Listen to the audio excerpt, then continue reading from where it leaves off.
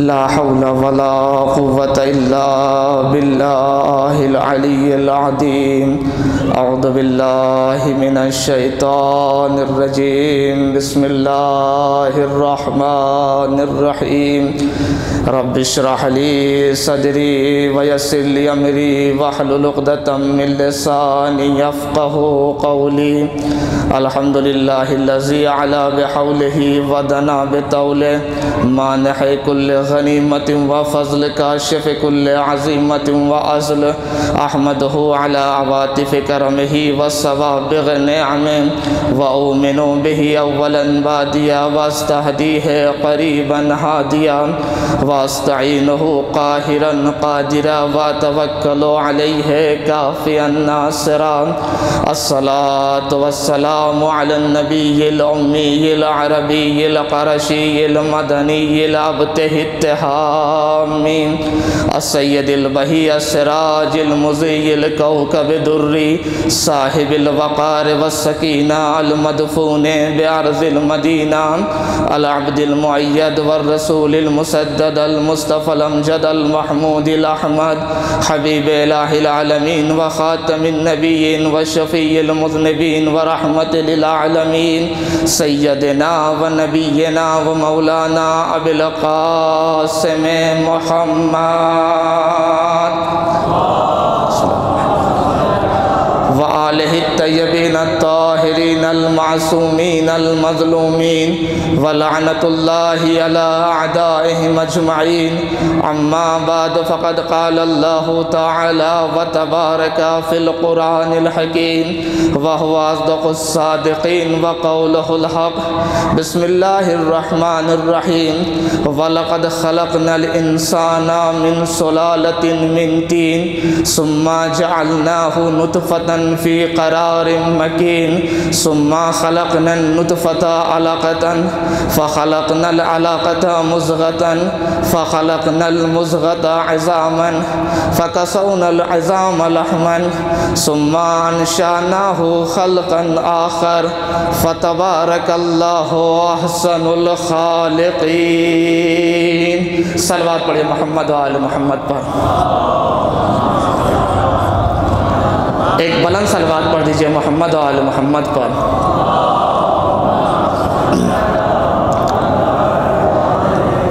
عزیزان محترم خداوند عالم کا شکر ہے کہ اس نے ہمیں ایک مرتبہ پھر موقع دیا اس خمسے کو برپا کرنے کا اور یہاں پہ آنے کا مجلس میں شرکت کرنے کا میں منتظمین کی طرف سے جو بھی لوگ اس میں حصہ لیتے ہیں سب کی طرف سے آپ تمام حضرات کو شکریہ ادا کرتا ہوں کہ آپ تشریف لائے آپ نے وقت دیا بہت آپ کا شکریہ اجر تو اس کے صاحب دیں گے شہزادی دیں گی امام حسین دیں گے اور میں اپنی طرف سے اور تمام مومنین تمام لوگوں کی طرف سے منتظمین کا اور جو لوگ بھی اس خمسے میں جس طریقے سے بھی تعاون کرتے ہیں مدد کرتے ہیں سب کا شکریہ ادا کرتا ہوں اور انشاءاللہ اجر امام حسین اور حضرت زہرا عنایت فرمائیں گی ایک صلوات پڑھ دیجئے محمد و آل محمد پر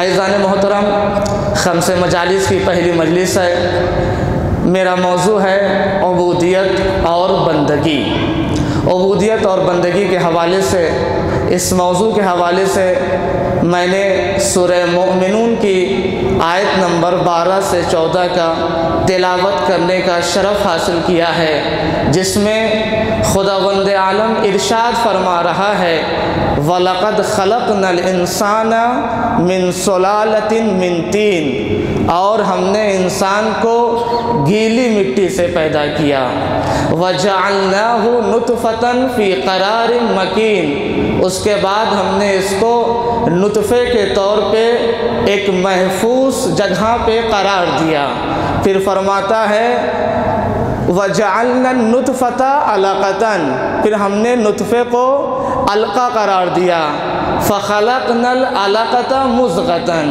پھر ہم نے علقے کو مضغہ قرار دیا فَخَلَقْنَا الْمُضْغَةَ عِظَامًا پھر ہم نے مضغے کو ہڈی قرار دیا فَكَسَوْنَا الْعِظَامَ لَحْمًا، پھر ہم نے ہڈی پہ گوشت چڑھایا، ثُمَّ أَنشَأْنَاهُ خَلْقًا آخر، ابھی تک یہ حیوان ہے، ابھی تک یہ حیوان ہے۔ قرآن نے کہا ثُمَّ أَنشَأْنَاهُ خَلْقًا آخر، اب ہم نے اس کو ایک دوسری مخلوق بنا دیا۔ جب مخلوق بنا دیا تو اب اللہ اپنے اوپر ناز کر رہا ہے، اللہ اپنے اوپر اپنی تعریف کر رہا ہے، فَتَبَارَكَ اللَّهُ أَحْسَنُ الْخَالِقِينَ، کیا کہنا اس اللہ کا جو بہترین پیدا کرنے والا ہے۔ اور عزیزان گرامی، یہ تعریف، یہ تمجید صرف اللہ کو زیب دیتی ہے بس، اور کسی کو حق نہیں ہے کہ وہ یہ دعویٰ کر سکے کہ فَتَبَارَكَ اللَّهُ احسن الخالقین، کتنی بابرکت والا ہے وہ خدا جس نے احسن خالقین، بہترین مخلوق کو پیدا کیا۔ آپ تبارکہ کو لغت میں دیکھیں، برکہ کو لغت میں دیکھیں تو برکہ کہیں پہ آیا ہے، اونٹ کے سینے میں جو بال ہوتا ہے اسے کہتے ہیں برکہ۔ پانی بہت زیادہ اگر کہیں پہ جمع ہو جائے تو اسے کہتے ہیں برکہ۔ یعنی ہر وہ چیز جس میں خیر کثیر پایا جائے، جس میں بہت زیادہ برکت پائی جائے، خیر پایا جائے، اسے برکت کہتے ہیں۔ بہت زیادہ تمام نہ ہونے والی چیز، اب اللہ نے کہا فَتَبَارَكَ اللَّهُ احسن الخالقین۔ تو عزیزان گرامی، اللہ نے کہا ہم نے انسان کو گیلی مٹی سے پیدا کیا، پھر علقہ قرار دیا، پھر مضغہ قرار دیا، نطفہ قرار دیا، علقہ قرار دیا، مضغہ قرار دیا، ہڈی بنایا، گوشت چڑھایا، اور اس کے بعد ثُمَّ أَنشَأْنَاهُ خَلْقًا آخر۔ علماء یہاں پہ لکھتے ہیں کہ یہ جو اللہ کہہ رہا ثُمَّ أَنشَأْنَاهُ خَلْقًا آخر، ہم نے ایک دوسرا اس کو وجود عطا کیا، ایک دوسری مخلوق بنایا۔ علماء لکھتے ہیں کہ اب اسے اللہ نے ذاتی صلاحیت عطا کیا، شعور عطا کیا، ادراک عطا کیا، تب کہہ رہا ہے کہ ثُمَّ أَنشَأْنَاهُ خَلْقًا آخر۔ آیت اللہ جوادی عاملی فرماتے ہیں کہ یہ جو کہا کہ ثُمَّ جَعَلْنَاهُ نُطْفَةً عَلَقَةً، یہاں سے لے کر کے ثُمَّ أَنشَأْنَاهُ خَلْقًا آخر تک، یہ ابھی تک حیوان ہے، ابھی تک حیوان ہے، ابھی تک جانور ہے، لیکن جیسے ہی کہا ثُمَّ أَنشَأْنَاهُ خَلْقًا آخر، اب یہ انسان ہو گیا۔ کہا اسی طریقے سے عرب جاہلیت کے لوگ پیغمبر اکرم سے پہلے حیوان تھے، جب پیغمبر اکرم آئے تو انسان ہو گئے۔ ایک صلوات پڑھیے محمد و آل محمد پر۔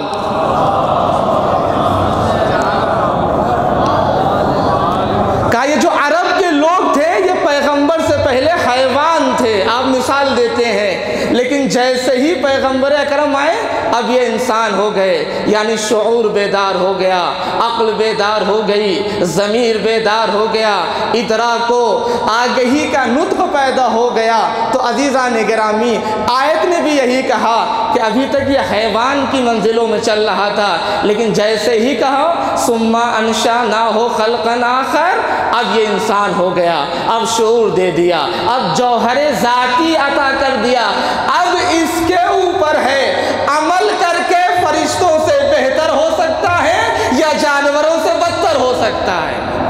اب اس کے اوپر ہے، علل الشرائع کی روایت ہے کہ اگر انسان کی عقل اس کے نفس پہ غالب آ جائے تو فرشتے سے بہتر ہے، اور اگر اس کا نفس اس کی عقل پہ غالب آ جائے تو جانور سے بدتر ہو جاتا ہے۔ تو عزیزان گرامی، یہ خلقت انسان ہے، گیلی مٹی سے پیدا ہوا۔ دوسری جگہ پہ قرآن نے کہا وَبَدَأَ خَلْقَ الْإِنسَانِ مِنْ طِينٍ، اللہ نے انسان کی خلقت کا آغاز مٹی سے کیا۔ ثُمَّ جَعَلَ نَسْلَهُ مِنْ صُلَالَةٍ مِنْ مَاءٍ مَّعِينٍ، پھر اسے ایک گندے پانی سے پیدا کیا۔ لیکن یہی انسان جو گندے پانی سے پیدا ہوا ہے، اللہ نے اسے صاحب اختیار بنا دیا، صاحب کمال بنا دیا کہ اب یہ عمل کرتا جائے اور بلندیوں کو طے کرتا جائے۔ تو عزیزان گرامی توجہ چاہتا ہوں، یہ جو قرآن کہہ رہا ہے، یہ جو اللہ کہہ رہا ہے فَتَبَارَكَ اللَّهُ أَحْسَنُ الْخَالِقِينَ، بہترین پیدا کرنے والا، خلقت کرنے والا اللہ ہے، تو کیا دوسرے لوگ بھی پیدا کرتے ہیں؟ کیا دوسرے لوگ بھی خلق کرتے ہیں؟ قرآن ہی نے جناب عیسیٰ کے لیے کہا وَإِذْ تَخْلُقُ مِنْ هَيْئَةِ الطِّيرِ كَالطَّيْرِ بِإِذْنِي، اور تم میری اجازت سے مٹی کے شکل کا پرندہ بناتے ہو، تم بھی پیدا کرتے ہو لیکن میری اجازت سے۔ دوسری جگہ پہ قرآن نے کہا وَتَخْلُقُونَ إِفْكًا، اور تم بہتان کو پیدا کرتے ہو، بہتان کو خلق کرتے ہو، ساری چیزیں قرآن نے کہا دوسرے بھی پیدا کرنے والے ہیں، خلق کرنے والے ہیں۔ سامری گوشالہ بنا سکتا ہے لیکن فرق یہ ہے سامری بہت کوشش کرے گا، اس میں بھی اگر میں نہ چاہوں تب بھی وہ نہ بنے گا۔ سامری بہت کوشش کر کے گوشالہ بنا سکتا ہے لیکن اشرف المخلوقات انسان نہیں بنا سکتا ہے۔ ایک صلوات پڑھیے محمد و آل محمد پر۔ میں تمہید سے نکلتے ہوئے ایک منزل تک آنا چاہتا ہوں۔ تو عزیزان گرامی انسان کی خلقت کیا ہے؟ احسن ہے، بس یہ مقدمہ ہے، احسن ہے انسان کی خلقت۔ لقد خلقنا الانسان فی احسن تقویم، بہترین سانچے میں ڈھالا ہے انسان کو، بہترین خلقت کے ساتھ انسان کو پیدا کیا ہے۔ انسان سے بہتر کوئی چیز نہیں پیدا کی ہے، بہترین سانچے میں، یعنی ظاہری اعتبار سے بھی قرآن کہہ رہا ہے کہ سب سے اچھا جو سانچا تھا وہ انسان کا سانچا ہے۔ خلق السماوات والارض بالحق وصورکم فاحسن صورکم، اللہ نے زمین اور آسمان کو پیدا کیا، پھر تمہاری صورتوں کو پیدا کیا بہترین صورت، بہترین صورت۔ وصورکم فاحسن صورکم، اللہ الذی جعل لکم الارض قرارا والسماء بناء وصورکم فاحسن صورکم، اللہ نے زمین کو تمہارے لیے فرش بنایا، آسمان کو شامیانہ بنایا، اور جب تمہاری صورت کو بنایا تو بہترین صورت بنایا، بہترین صورت۔ اصلاً قرآن انسان کے سلسلے سے بہترین سے کم پہ راضی ہی نہیں، اللہ بہترین سے کم پہ اللہ راضی ہی نہیں ہے۔ خلقت بہترین، مطالبہ بہترین، اور کیا عطا کیا؟ میں نے کہا میں تمہید سے بس نکل رہا ہوں، اور کیا عطا کیا انسان کو؟ کہا تاج شرافت و کرامت تمہارے اوپر رکھ دیا۔ وَلَقَدْ كَرَّمْنَا بَنِي آدَمَ وَحَمَلْنَاهُمْ فِي الْبَرِّ وَالْبَحْرِ وَرَزَقْنَاهُمْ مِنَ الطَّيِّبَاتِ وَفَضَّلْنَاهُمْ عَلَى كَثِيرٍ مِّمَّنْ خَلَقْنَا تَفْضِيلًا، تاج شرافت و کرامت تمہارے اوپر رکھا ہے۔ اب تم اپنے کو جھکاؤ گے نہیں، اپنے کو گراؤ گے نہیں، بلند ہو کے رہو گے۔ مخلوق میں کسی کے سامنے تمہیں ذلیل نہیں ہونا ہے، رسوا نہیں ہونا ہے، سر تسلیم خم نہیں کرنا ہے میرے علاوہ۔ کیوں؟ تاج شرافت و کرامت رکھا۔ میں نے کہا میں تمہید سے آگے بڑھتا ہوں، اور کیا اس انسان کو اللہ نے اور کون سی چیز عطا کیا؟ اللہ نے کہا میں نے انسان کو اپنی ولایت عطا کی ہے، اپنی ولایت عطا کی ہے۔ اِنَّا عَرَضْنَا الْأَمَانَةَ عَلَى السَّمَاوَاتِ وَالْأَرْضِ وَالْجِبَالِ فَأَبَيْنَا أَن يَحْمِلْنَهَا وَأَشْفَقْنَا مِنْهَا وَحَمَلَهَا الْإِنسَانُ إِنَّهُ كَانَ ظَلُومًا جَهُولًا، ہم نے اپنی امانت کو زمین کے سامنے پیش کیا، آسمان کے سامنے پیش کیا، پہاڑوں کے سامنے پیش کیا، سب نے انکار کر دیا، سب ڈر گئے۔ اٹھایا کس نے؟ انسان نے اٹھایا۔ آسمان بار امانت نہ توانست کشید، قرے فال بے نام من دیوانے زدن، آسمان یہ جو بار امانت ہے، یا مفسرین نے کہا یا ولایت الہی ہے، حدیث نے کہا یا ولایت مولا کائنات ہے۔ آپ نے غور کیا، جب قرآن صامت کو نازل کرنے کی بات آئی تو قرآن نے کہا لو انزلنا ھذا القرآن علی جبل لرأیتہ خاشعا متصدعا من خشیۃ اللہ۔ اگر میں اس قرآن کو پہاڑ پہ نازل کر دیتا تو پہاڑ خضوع و خشوع پروردگار میں ریزہ ریزہ ہو جاتا، لیکن کہاں پہ نازل کیا؟ پیغمبر کے سینے پہ نازل کیا۔ کون سا پیغمبر کا سینہ تھا؟ جس نے کیا کر لیا؟ جس نے قرآن کی سنگینی کو برداشت کر لیا، بار قرآن کا کر لیا برداشت، بار قرآن کا کر لیا برداشت۔ ایسا سینہ میرے حضور کا ہے، انبیاء کی طویل یہ فہرست، کچھ پسینہ میرے حضور کا ہے۔ ایک صلوات پڑھیے محمد و آل محمد پر۔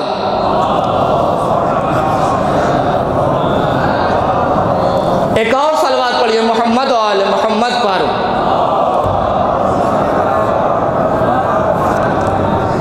عزیزان گرامی، تو قرآن کے بار کو برداشت کرنے کے لیے پیغمبر اکرم کا سینہ چاہیے۔ میں آ رہا ہوں عزیزان گرامی، کیوں پیغمبر کا سینہ چاہیے؟ کہا کوئی ایسا بندہ ہو جو عبودیت کی معراج پہ ہو، جو بندگی کی معراج پہ ہو، عبودیت و بندگی۔ کہا اس کے علاوہ اگر کوئی اور ہوتا جو عبودیت و بندگی کی معراج پہ نہ ہوتا، وہ قرآن کے بار کو برداشت نہیں کر سکتا تھا۔ قرآن کے بار کو پیغمبر نے برداشت کیا۔ ولایت الہی یا ولایت مولا کائنات کو اگر آپ مان لیں تو اسے کس نے برداشت کیا؟ انسان نے برداشت کیا۔ قرآن نے آگے بڑھ کر کے کہا الذی خلق الموت والحیات لیبلوکم ایکم احسن عملا۔ اللہ وہ ہے جس نے زمین خلق الموت والحیات، موت کو خلق کیا، حیات کو خلق کیا۔ کیوں؟ لیبلوکم ایکم احسن عملا، تاکہ یہ دیکھے تم میں سب سے اچھا عمل کرنے والا کون ہے۔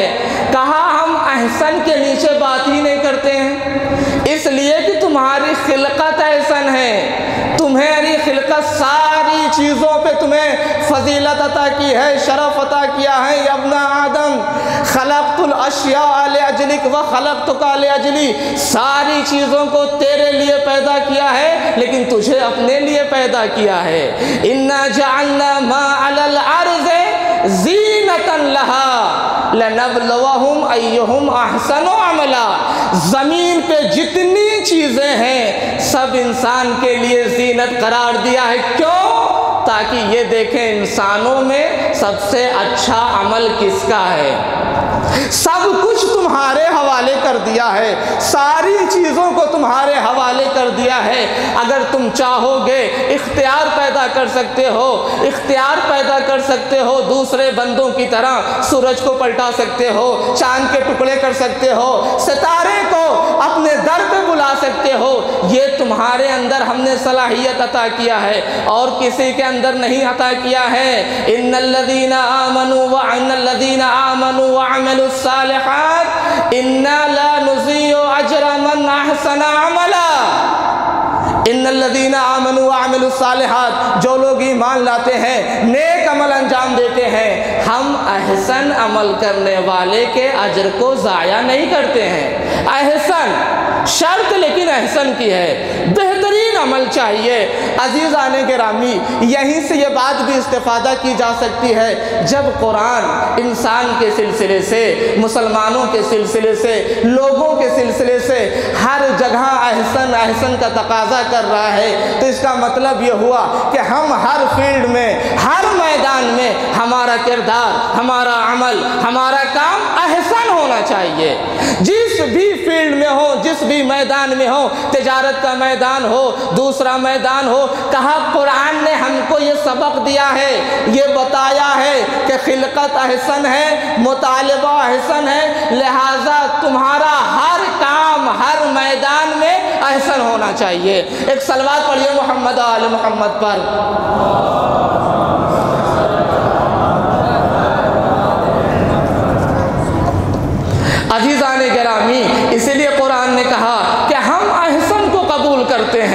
احسن کو قبول کرتے ہیں، احسن سے کم پہ ہم راضی نہیں ہیں۔ اب سوال یہ ہوتا ہے جب انسان کی خلقت احسن ہے، مطالبہ احسن ہے، تو انسان کیا بن جائے؟ پھر کیا کرے کہ اللہ خوش ہو جائے؟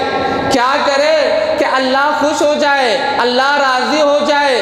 اس لیے کہ اللہ احسن سے کم پہ راضی ہی نہیں ہے، بہترین خلقت، بہترین چاہت بھی، مطالبہ بھی بہترین احسن، تو کیا ہو جائیں؟ کہا کچھ نہیں ہونا ہے، بندے بن جاؤ ہمارے، عبد بن جاؤ ہمارے، عبودیت کو اپنے اندر پیدا کر لو، بندگی کو اپنے اندر پیدا کر لو۔ عزیزان گرامی، عنوان جو ہے عبودیت و بندگی اسی لیے ہے کہ سب کچھ ہم نے تمہیں عطا کیا، احسن بنایا، تاج شرافت و کرامت تمہارے سر پہ رکھا، اپنی امانت کا تمہیں امین بنایا، کس لیے میرے اللہ؟ کیا کرے تو راضی ہو جائے؟ آخر انسان کے کمال کی آخری منزل ہے کیا؟ وہ آخری منزل جو انسان کو مرحلے کمال تک پہنچا دیتی ہے، معراج تک پہنچا دیتی ہے، وہ کیا ہے؟ قرآن نے کہا وہ عبودیت ہے، وہ بندگی ہے۔ میرے بندے بن جاؤ، بس میرے بندے۔ اللہ کے بندے کا مطلب کیا مطلب؟ کہا کسی اور کا بندہ نہیں بننا ہے، کسی اور کے سامنے سر تسلیم نہیں جھکانا ہے۔ عزیزان گرامی، اسی لیے تو قرآن نے پیغمبر سے کہا، ان سے کہیے قل یا اہل الکتاب تعالوا الی کلمۃ سواء بیننا وبینکم، اے اہل کتاب آؤ ایک منصفانہ کلمے پہ اتفاق کر لیتے ہیں، بات کر لیتے ہیں۔ وہ منصفانہ کلمہ ہے کیا؟ کہا ان لا نعبد الا اللہ، عبادت، پرستش، بندگی صرف اللہ کی ہوگی، ولا نشرک بہ شیئا، اور اللہ کا شریک کسی چیز کو قرار نہیں دینا ہے، کوئی بھی چیز اللہ کا شریک قرار نہیں دینا ہے۔ ولا یعبد بعضنا بعضا اربابا ولا یتخذ بعضنا بعضا اربابا من دون اللہ، اور ہم میں سے، تم میں سے کوئی بھی اللہ کے علاوہ کسی کو اپنا رب نہیں مانے گا۔ کہا کہ اللہ کا شریک نہیں قرار دینا ہے، صرف اللہ، بس اللہ کا کوئی شریک نہیں قرار دینا ہے، لیکن اس کے لیے خالص بندہ ہونا چاہیے، خالص بندہ ہونا چاہیے۔ میرے عزیزوں، شرک جلی یہ ہوتا ہے کہ اللہ کا شریک قرار دیا جائے، اللہ کے مقابلے میں کسی کو خدا مانا جائے۔ لیکن اگر ہم دیکھیں تو ہماری زندگی میں شرک خفی بہت زیادہ نظر آتا ہے، بہت زیادہ نظر آتا ہے۔ انہوں نے یہ نہ ہوتے تو یہ نہ ہوتا، یہ نہ ہوتے تو میرا یہ کام نہیں ہوتا۔ آغائے فندرسکی، اگر میں صحیح تلفظ کر رہا ہوں، بہت بڑے عالم ہیں، مریض ہو جاتے ہیں، کسی نے کہا دودھ گرم کر کے پی لیجئے ٹھیک ہو جائے گا، ٹھنڈ لگ گئی تھی، کہا کہ دودھ گرم کر کے پی لیجئے ٹھیک ہو جائیے گا، دودھ گرم کر کے پی لیا، ٹھیک ہو گئے، اور منہ سے نکل گیا کہ دودھ نے مجھے شفا دے دیا، دودھ نے مجھے شفا دے دیا۔ انتقال ہو گیا، ایک مدت کے بعد اپنے کسی شاگرد یا کسی دوست کے خواب میں آتے ہیں، اور آنے کے بعد جو ہے اس نے کہا کہ کیسے حالات کا، حالات سب ٹھیک ہیں، لیکن بس ایک چیز پہ بار بار مجھے تنبیہ کی جاتی ہے، توبیخ کی جاتی ہے برزخ میں۔ کہا وہ کون سی چیز؟ کہا بار بار ہم سے آ کے یہ کہا جاتا ہے دودھ نے تمہیں شفا دیا، اللہ نے تمہیں شفا دیا، دودھ نے تمہیں شفا دیا یا اللہ نے تمہیں شفا دیا۔ مطلب کیا ہوا؟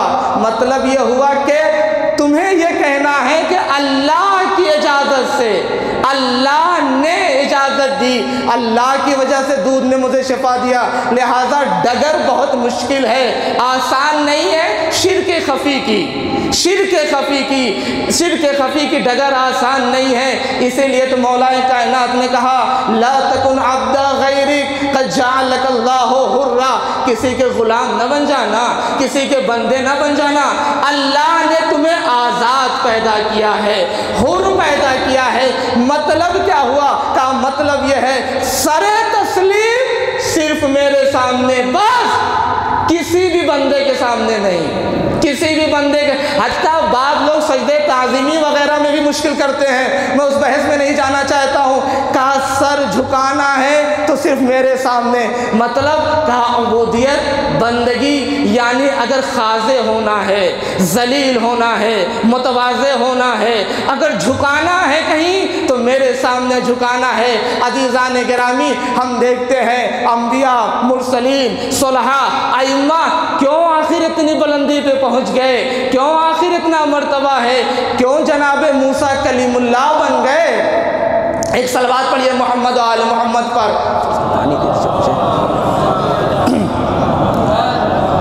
ایک اور صلوات پڑھ دیجئے محمد و آل محمد پر۔ کیوں جناب موسیٰ کلیم اللہ بن گئے؟ ہمارے اور آپ کے چھٹے امام حضرت امام جعفر صادق علیہ السلام، صلوات پڑھیے محمد و آل محمد پر۔ بہت شکریہ۔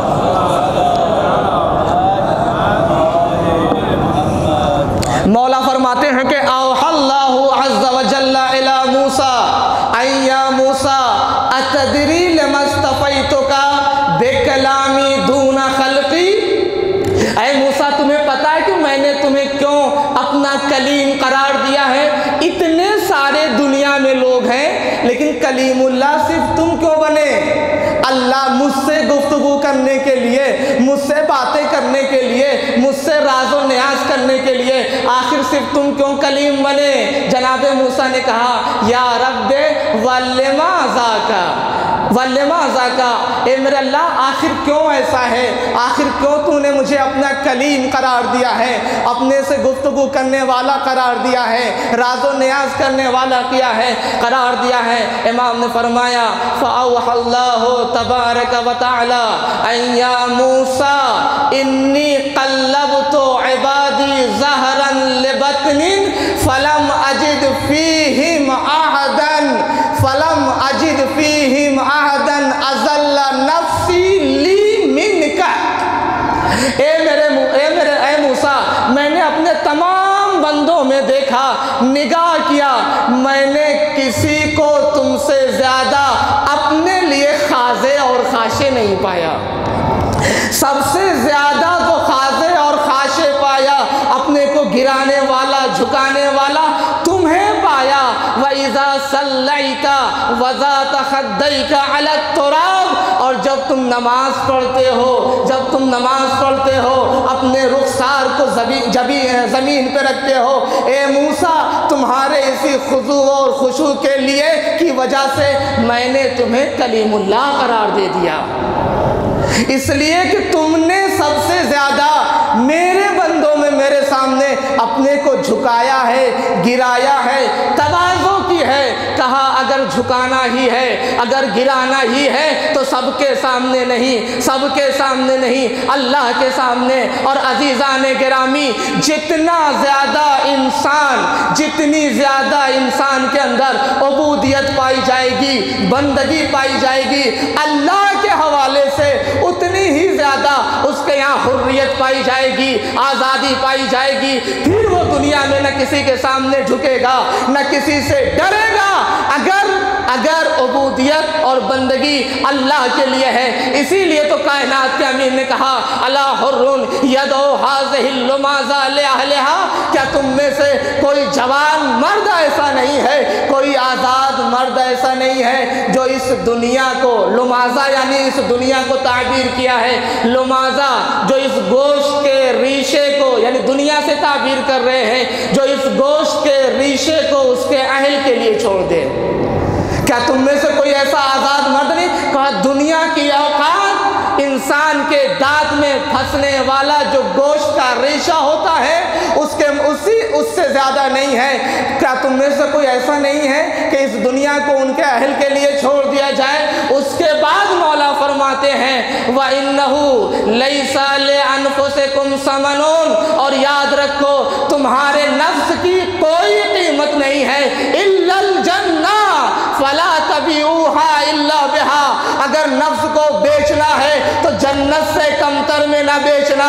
عزیزان گرامی، یہ عام لوگوں کے لیے کہا کہ اگر عام انسان اپنے نفس کو بیچنا چاہتا ہے تو کم سے کم جنت کے بدلے بیچے، کیونکہ ہم عادی لوگ ہیں، ہمارا پورا ہدف، ہمارا پورا مقصد جنت ہوتی ہے، لیکن جنت اصل ہدف نہیں ہے، جنت اصل کمال نہیں ہے۔ چونکہ انسان عادی ہے تو کہا کم سے کم جنت کے بدلے بیچیں، کہا لیکن با کمال انسان کامل کیا کرتے ہیں؟ کہا انسان کامل اپنے نفس کو جنت کے بدلے نہیں بیچتے بلکہ مرضی خدا کے بدلے بیچتے ہیں۔ صلوات پڑھیے محمد و آل محمد پر۔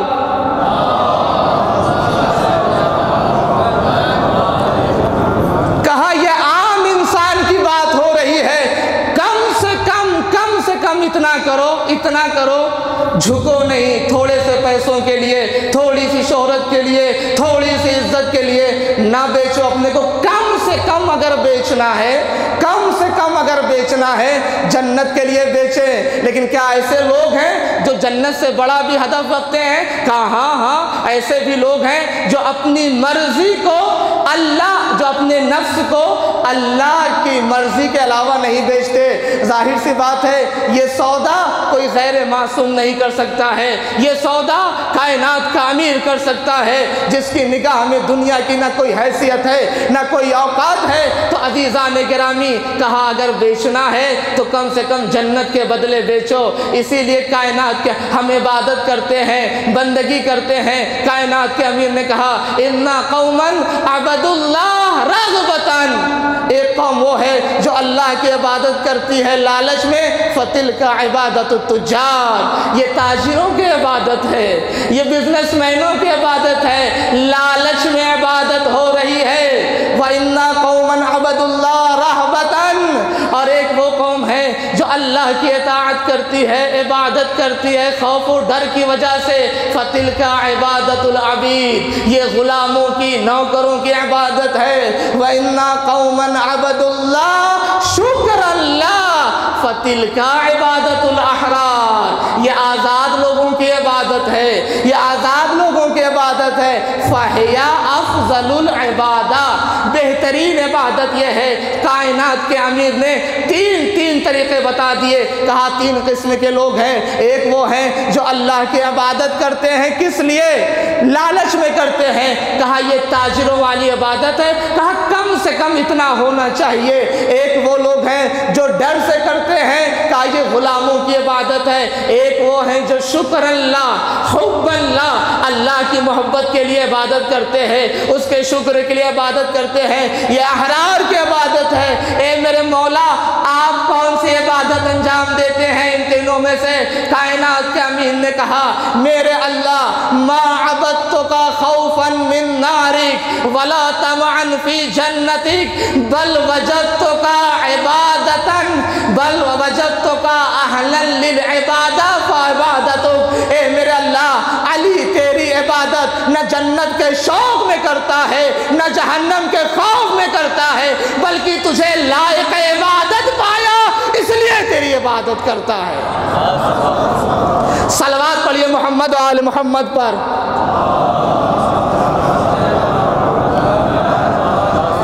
میرے اللہ میں تیری عبادت نہ خوف سے کرتا ہوں نہ شوق سے کرتا ہوں، بلکہ تجھے لائق عبادت پایا اس لیے تیری عبادت کرتا ہوں۔ عزیزان گرامی جب ہم قرآن پڑھتے ہیں تو قرآن اپنے بندوں پہ فخر کرتا ہے، جو بندے ہیں بے معنی واقعی، جن کے ہاں عبودیت پائی جاتی ہے، جن کے یہاں بندگی پائی جاتی ہے۔ اور عزیزان گرامی یہ بات توجہ کرنے کی ہے، غور کرنے کی ہے، عبودیت اور بندگی کا سودا کسی چیز سے نہیں کیا جا سکتا ہے۔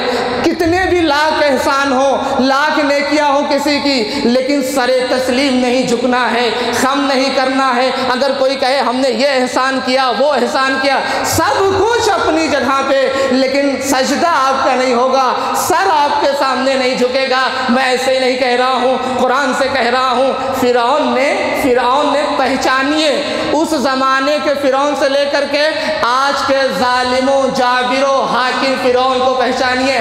فرعون نے دیکھا جب جناب موسیٰ نے قتل کر دیا، جب جناب موسیٰ بغاوت کر رہے ہیں، بات نہیں مان رہے ہیں، اب بات یہاں پہ لے کر کے آیا۔ قرآن نے کہا الم نربک فینا ولیدا، قرآن فرعون کی بات نقل کرتا ہے، کیا ہم نے تمہاری پرورش نہیں کی؟ کیا تم ہمارے یہاں پلے بڑھے وَلَبِثْتَ فِينَا مِنْ عُمُرِكَ سِنِينَ، تم نے چند سال ہمارے یہاں گزارے ہیں، چند سال ہمارے یہاں گزارے ہیں، ہم نے تمہاری پرورش کی ہے، چند سال ہمارے یہاں گزارے ہیں۔ اس کے بعد کہتا ہے وَفَعَلْتَ فَعَلْتَكَ الَّتِي فَعَلْتَ وَأَنْتَ مِنَ الْكَافِرِينَ، اور تم نے وہ کام کیا، یعنی ایک قبطی انسان کا تم نے قتل کر دیا، تم نے اس کا قتل کر دیا جو قتل نہیں کرنا چاہیے تھا، لہذا تم نے کفران نعمت کیا، تم نے ہمارے خداؤں کا انکار کیا، یہ حربہ استعمال کر رہا تھا، ہم نے تمہارے اوپر احسان کیا ہے، ہم نے تمہاری پرورش کی ہے، ہم نے تمہاری تربیت کیا ہے، لہذا جھکو ذرا سا، ہمارے سامنے جھکنے دو، لوگوں کو ہمارا بندہ ہونے دو۔ جناب موسیٰ نے آواز دیا، فرماتے ہیں جناب موسیٰ وَتِلْكَ نِعْمَةٌ تَمُنُّهَا عَلَيَّ أَنْ عَبَّدْتَ بنی اسرائیل، یہ جو نعمت ہے جس کے اوپر تو احسان جتلا رہا ہے، یہ احسان جتلا کر کے تو نے بنی اسرائیل کو اپنا غلام بنا لیا، اپنا نوکر بنا لیا۔ کہا دیکھو عزیزان گرامی، قرآن نے پیغام دیا جو اللہ کا واقعی رہبر ہوتا ہے، ہادی ہوتا ہے اللہ کی طرف سے، جس کے یہاں خوف خدا پایا جاتا ہے، لاکھ حاکموں کے ساتھ، لاکھ حکومتوں کے ساتھ اس کے اچھے تعلقات ہوں، اس سے اچھی بنتی ہو، لیکن کہا جب قوم کا مسئلہ آ جائے، اگر قوم کو ذلیل کرنا چاہو گے، قوم کو رسوا کرنا چاہو گے، تو اپنے تمام تعلقات کو بھلا کر کے ہم قوم کا دفاع کریں گے، ہم یہ نہیں ہونے دیں گے، ہم جھکنے نہیں دیں گے، ہم سر تسلیم خم کرنے نہیں دیں گے۔ پھر فرعون کا حربہ دیکھیے، جیسے ہی فرعون نے یہ دیکھا کہ جناب موسیٰ کہہ رہے ہیں تم نے تو قوم بنی اسرائیل کو غلام بنا دیا، انہیں نوکر بنا دیا، فوراً بات کو ٹالنے کے لیے کہتا ہے، بات کو موڑنے کے لیے کہتا ہے وَمَا رَبُّ الْعَالَمِينَ۔ بات کہاں کی ہو رہی تھی؟ توجہ کریے گا، بات کہاں کی ہو رہی تھی؟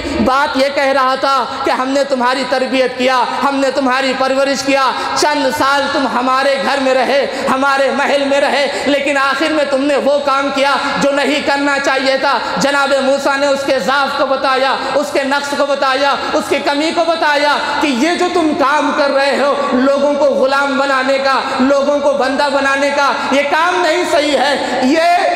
یہ اس بارے میں کوئی بات کہتا فوراً بات کو موڑ دیتا ہے، گھما دیتا ہے، کہتا ہے وَمَا رَبُّ الْعَالَمِينَ، عالمین کا رب کون ہے؟ یعنی اب اس مدعے پہ بات نہیں کرتا ہے۔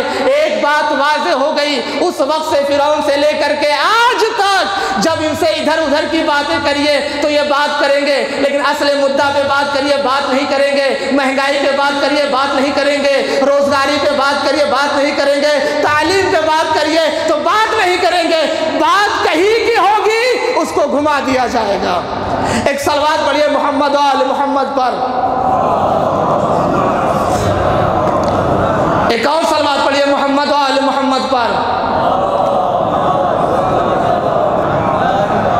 کہا ٹھیک ہے تم نے ہماری پرورش کیا، تم نے ہمارے اوپر احسان کیا، اس کا مطلب یہ تھوڑی ہے کہ لوگ تمہارے غلام بن جائیں گے، لوگ تمہارے بندے بن جائیں گے۔ تو عزیزان گرامی، یہ کون ہے اللہ کے بندے؟ یہ کون ہے بندگان خدا؟ عبودیت کو سمجھیے، بندگی کو سمجھیے۔ قرآن نے بڑھ کر کے آواز دیا وَوَهَبْنَا لِدَاؤُدَ سُلَيْمَانَ نِعْمَ الْعَبْدُ إِنَّهُ أَوَّابٌ، اور ہم نے داؤد کو سلیمان کو داؤد کو عطا کیا، یہ ہمارے بہترین بندے ہیں، یہ ہماری طرف پلٹنے والے ہیں، ہماری طرف توبہ کرنے والے ہیں۔ جناب ایوب کے لیے کہا اِنَّا وَجَدْنَاهُ صَابِرًا نِعْمَ الْعَبْدُ إِنَّهُ أَوَّابٌ، اور یہ ہم نے ان کو صابر پایا، بہترین عبد ہیں، ہماری طرف پلٹنے والے ہیں۔ جناب نوح کے لیے کہا اِنَّهُ كَانَ عَبْدًا شَكُورًا، انہو یہ ایسے بنے کہ اللہ فخر کرتا ہے، اللہ اپنے بندوں کو بیان کرتا ہے۔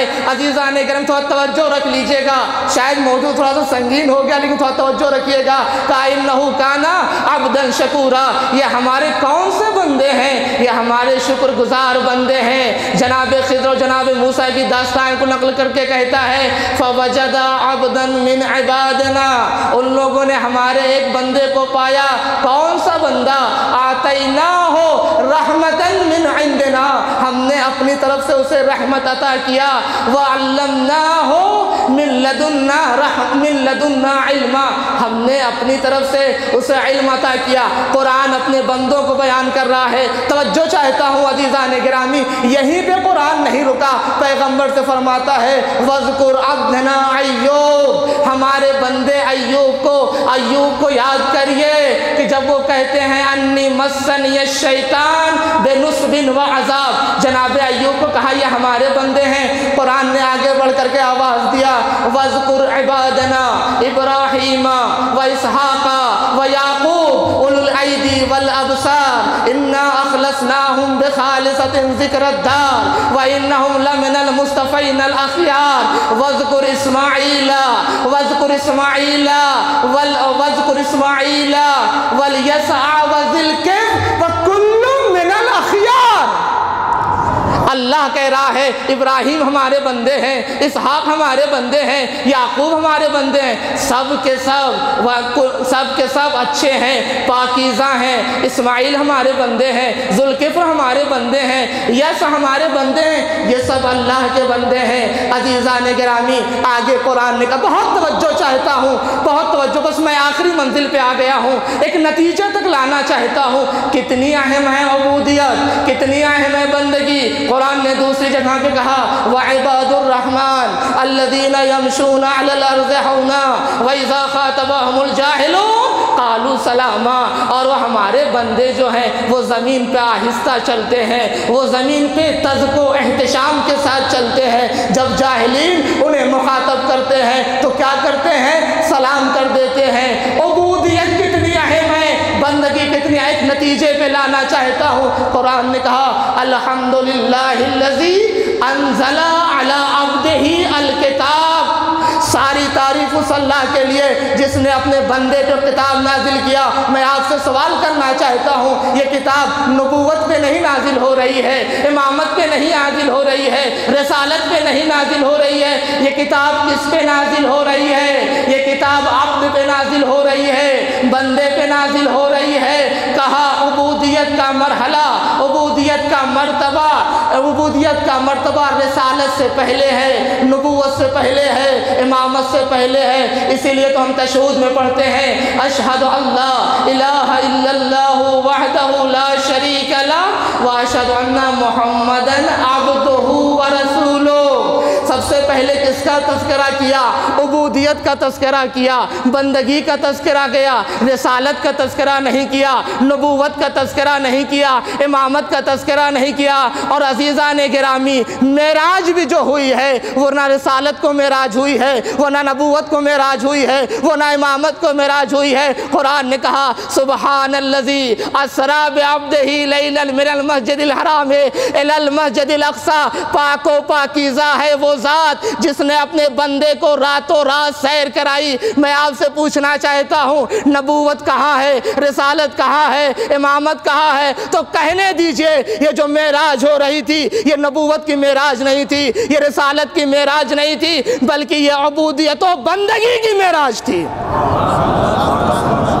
یہ جو معراج ہو رہی تھی یہ نبوت و رسالت کی معراج نہیں ہو رہی تھی، یہ کس کی معراج ہو رہی تھی؟ یہ عبودیت و بندگی کی معراج ہو رہی تھی۔ تو عزیزان گرامی انسان اپنے کو اتنا اوپر کر لے، اتنا اوپر کر لے کہ اللہ ذکر کرے تو عبودیت کے ذریعے سے ذکر کرے، رسالت کے ذریعے سے ذکر کرے۔ یہ رسالت نہیں تھی جو قاب قوسین اور ادنیٰ کی منزلوں کو طے کرتی ہوئی اتنی نزدیک ہو گئی، اتنی نزدیک ہو گئی، 2 کمان کا فاصلہ رہ گیا۔ یہ نبوت نہیں تھی، یہ رسالت نہیں تھی، یہ بندگی تھی، یہ بندگی تھی۔ اور عزیزان گرامی خداوند عالم نے اپنے حبیب کو عرش اعظم پہ بلا کے راتوں رات پوری دنیا کی سیر کرا کے معراج کرا کے یہ پیغام دے دیا کہ شمس و قمر و مریخ کی سیر کا حوصلہ پیدا کرنا اور ہے، اور ایک ہی رات میں سارے عالم کو زیر قدم رکھ لینا اور ہے۔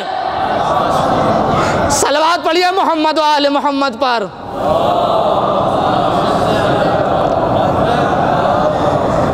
بس عزیزان گرامی، میں بالکل ایک دم اختتام کی طرف آ رہا ہوں کہ یہ عبودیت کی معراج تھی، یہ بندگی کی معراج تھی۔ یہی عبودیت و بندگی جب آخری حد میں پہنچ جاتی ہے تو خدا کہتا ہے خودی کو کر بلند اتنا کہ ہر تدبیر سے پہلے خدا بندے سے خود پوچھے بتا تیری رضا کیا ہے۔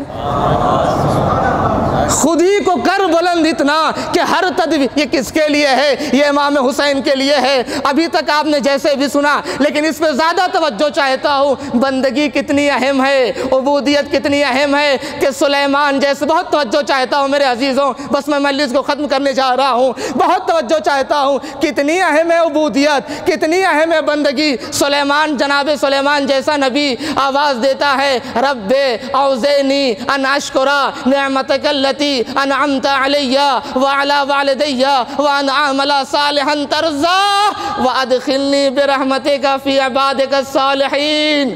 توجہ چاہتا ہوں، کون سی کمی تھی جناب سلیمان کے پاس؟ ایسی حکومت نہ پہلے کسی کے پاس ہوئی، نہ بعد میں کسی کے پاس ہوئی۔ جنات پہ، انسان پہ، ہوا پہ، جانور پہ، حشرات پہ، ساری چیزوں پہ جناب سلیمان کی حکومت ہے۔ لیکن کہیں رب اوزعنی ان اشکر نعمتک التی انعمت علی، اے میرے اللہ مجھے ایک موقع دے دے، جو تو نے میرے اوپر نعمتیں نازل کی ہیں میں اس کا شکریہ ادا کر لوں۔ میرے اوپر جو نعمتیں نازل کی ہیں اور میرے والدین کے اوپر جو نعمتیں نازل کی ہیں، اور میں کوئی ایسا عمل انجام دوں جس سے تو راضی ہو جائے۔ بہت توجہ چاہتا ہوں، یہ جو جملہ کہہ رہے ہیں کہ جس سے تو راضی ہو جائے، یہ اس کے بعد کہہ رہے ہیں وادخلنی برحمتک فی عبادک الصالحین، اے میرے اللہ اپنی رحمت کے ذریعے سے مجھے اپنے نیک بندوں میں داخل کر دے۔ سلیمان وہ ہیں جو یہ کہہ رہے میرے اللہ ایسا موقع دے، ایک ایسا عمل انجام دوں جس سے تو راضی ہو جا، اور بہت توجہ،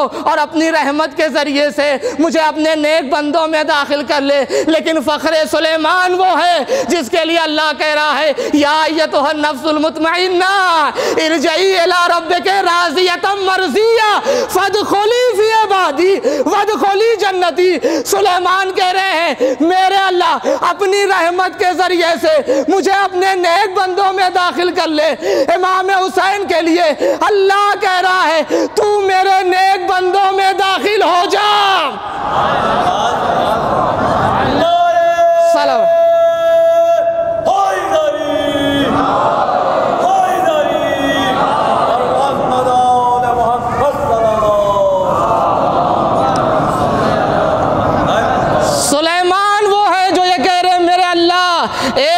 انجام دے دوں تو راضی ہو جا، اپنی رحمت کے ذریعے سے مجھے اپنے نیک بندوں میں داخل کر لے۔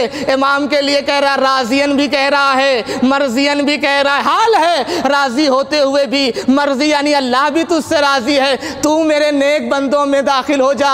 یہ فرق ہے سلیمان میں اور فخر سلیمان میں۔ جب انسان یہاں پہ پہنچ جاتا ہے تب شاعر کہتا ہے، میں نے جو شعر پڑھا کہ خودی کو کر بلند اتنا کہ ہر تدبیر سے پہلے خدا بندے سے خود پوچھے بتا تیری رضا کیا ہے۔ آخری بات اور ربط مصائب، لیکن اس بات پہ بھی توجہ چاہتا ہوں، اس آخری بات پہ بھی توجہ چاہتا ہوں عزیزان گرامی، اور اس کے بعد مصائب شروع کرتا ہوں۔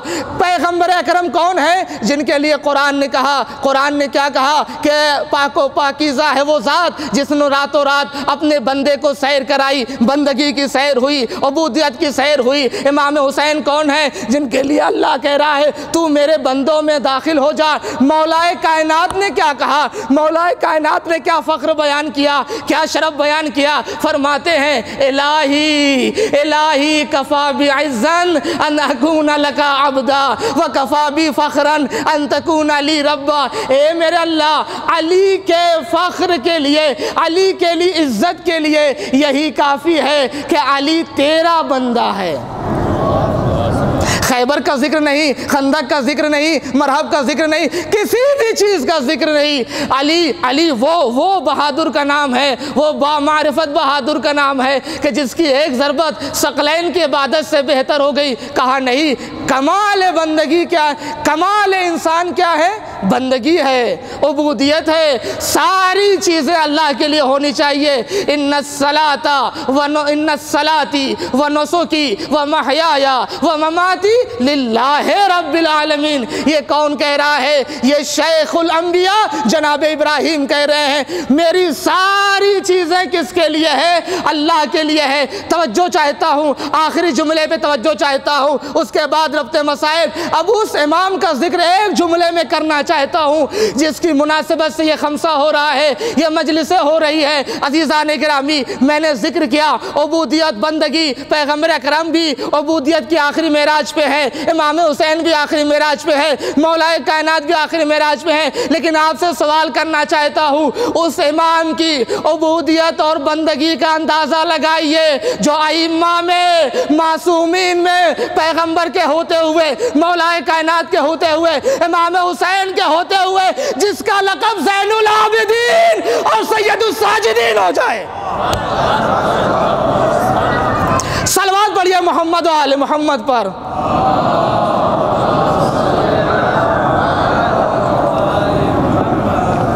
سب لوگ عبودیت و بندگی کی معراج پہ ہیں، لیکن ائمہ میں لقب زین العابدین کا کس کو مل رہا ہے؟ چوتھے امام کو مل رہا ہے۔ سید الساجدین کا لقب کس کو مل رہا ہے؟ چوتھے امام کو مل رہا ہے۔ ہمیں پتہ ہے ہر لقب ہر امام سے مخصوص ہوتا ہے، ایسا نہیں ہے کہ خصوصیت نہیں پائی جاتی۔ جب کسی نے ایک دوسرے امام سے امیر المومنین کہا، امام نے کہا نہیں، امیر المومنین صرف میرے جد علی بن ابی طالب ہیں بس۔ مرسل اعظم خاتم الانبیاء، ہر امام کا ایک مخصوص لقب ہے۔ اس امام کی عبودیت کیا ہوگی؟ اس امام کی بندگی کیا ہوگی جو ائمہ میں، معصومین میں زین العابدین اور سید الساجدین کا لقب پا جائے؟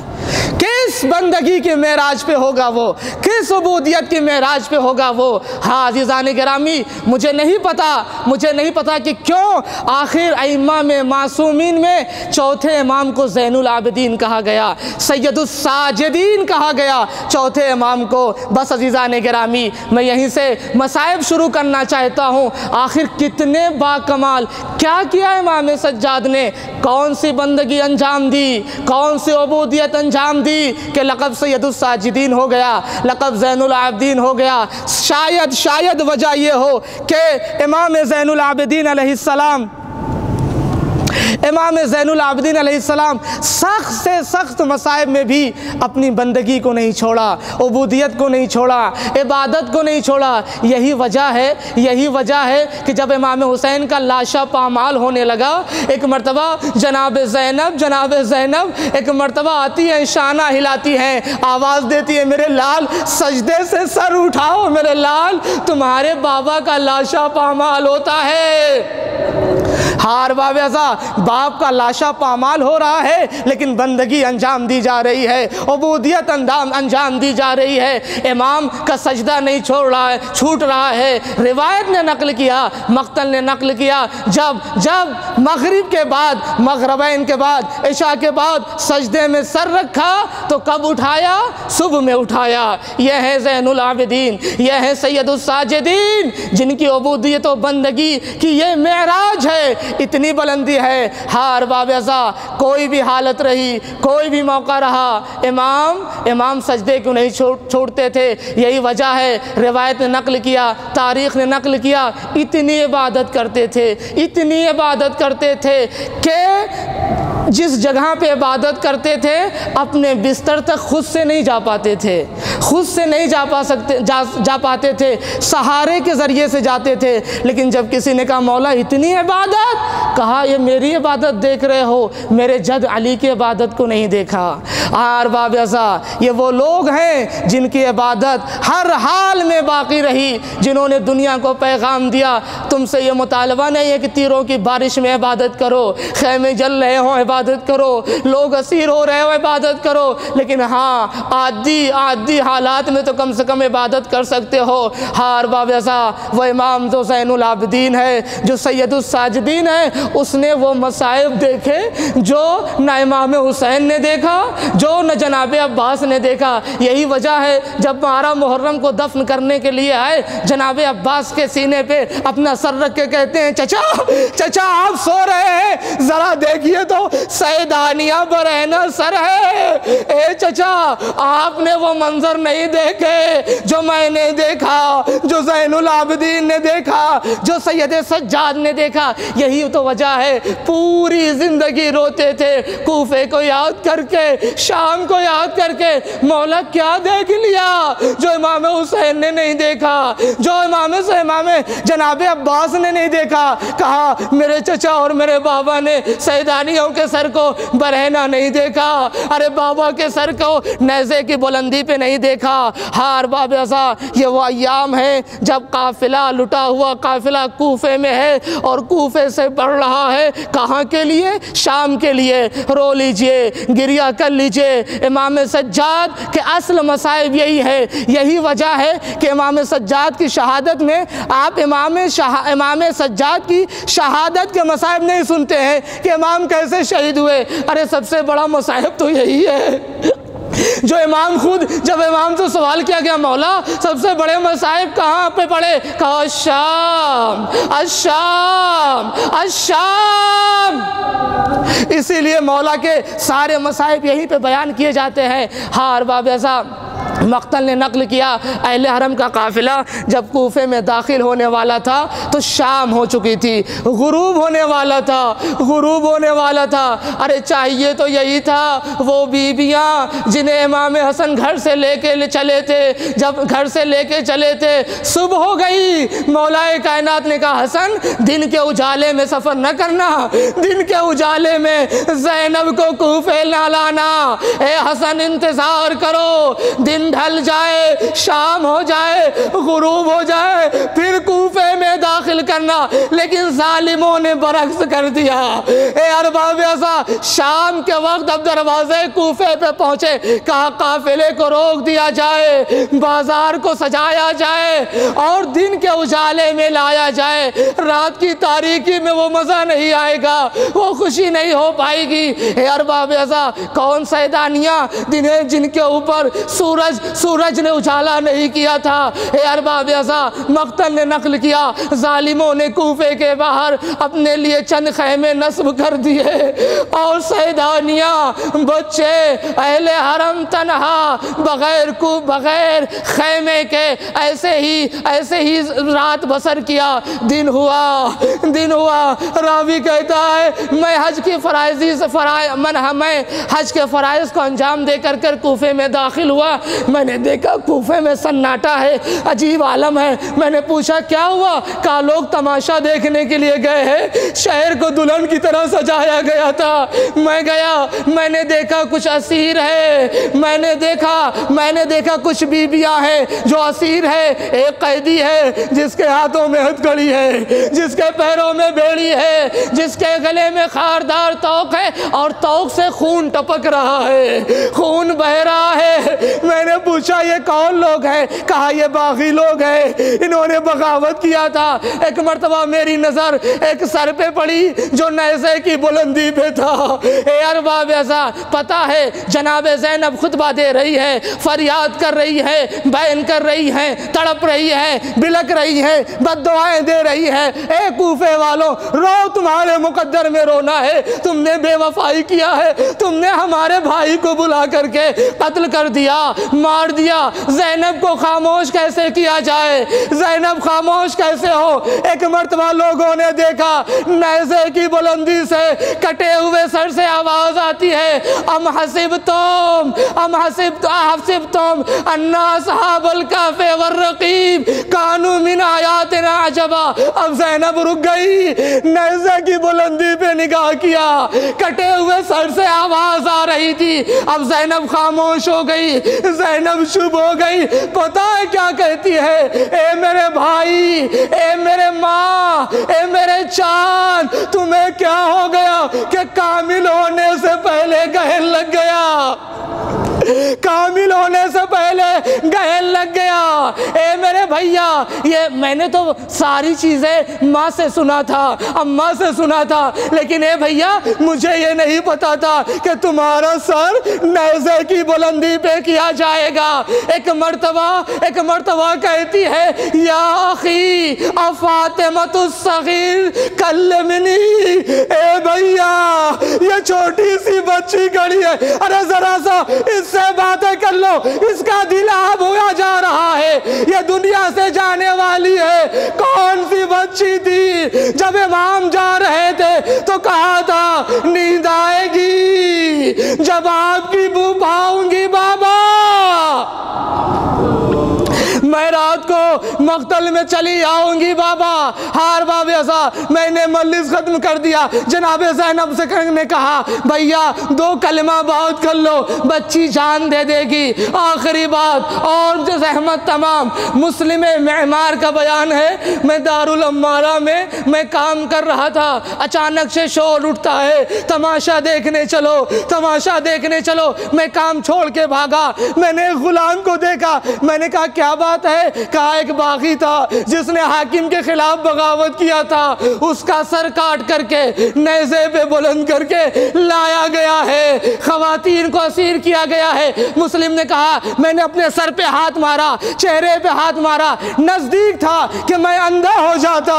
میں دوڑ کے آیا، محلے کناسہ میں گیا، میں نے دیکھا 40 اونٹ ہیں جن پہ محملیں نہیں ہے، خواتین سوار ہے۔ اے ارباب ایسا کون سی سیدانیہ، کون سی شہزادیاں بے کجاوا اونٹوں پہ ہے؟ کہا میں نے دیکھا بیمار ہے جو بے کجاوا اونٹ پہ ہے، ہاتھوں میں ہتھکڑیاں ہے، پیروں میں بیڑیاں ہے، گلے میں خاردار توق ہے اور بیڑی سے خون جاری ہے۔ میں تڑپ گیا۔ اتنے میں نے عجیب منظر دیکھا، میں نے دیکھا کہ کوفے کی خواتین چھت پہ جا رہی ہے۔ اے ارباب ایسا اس سے پہلے میں نے دیکھا جب یہ قافلہ لایا جا رہا تھا تو ایک بی بی جس کے بارے میں بتایا گیا یہ ام کلثوم ہے، وہ آواز دیتی ہے یا اہل الکوفہ غضوا ابصارکم، اے کوفے والو اپنی نگاہوں کو جھکا لو،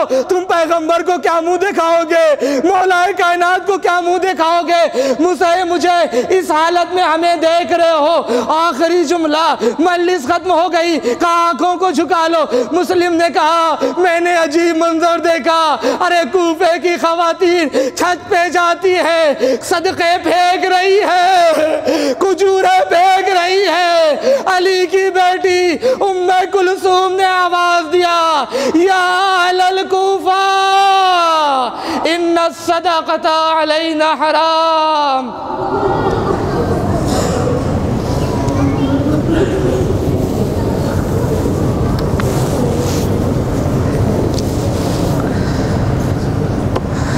انا للہ و انا الیہ راجعون وسیعلم الذین ظلموا ای منقلب ینقلبون۔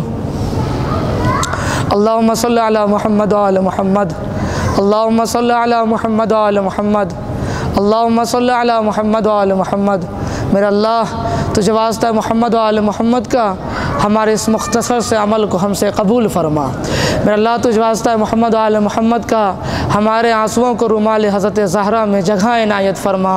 میرا اللہ تجھے واسطہ محمد وعلی محمد کا جو پریشان حال ہے ان کی پریشانی کو دور فرما۔ میرا اللہ تجھے واسطہ محمد وعلی محمد کا جو مقروض ہیں ان کے قرض کو ادا فرما۔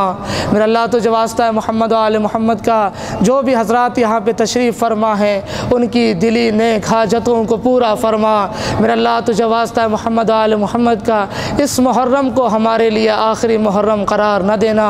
میرا اللہ تجھے واسطہ محمد وعلی محمد کا شیعان حیدر کرار، محبان اہل بیت علیہم السلام جہاں کہیں بھی دنیا میں ہیں ان کی جان و مال و عزت و آبرو کی حفاظت فرما۔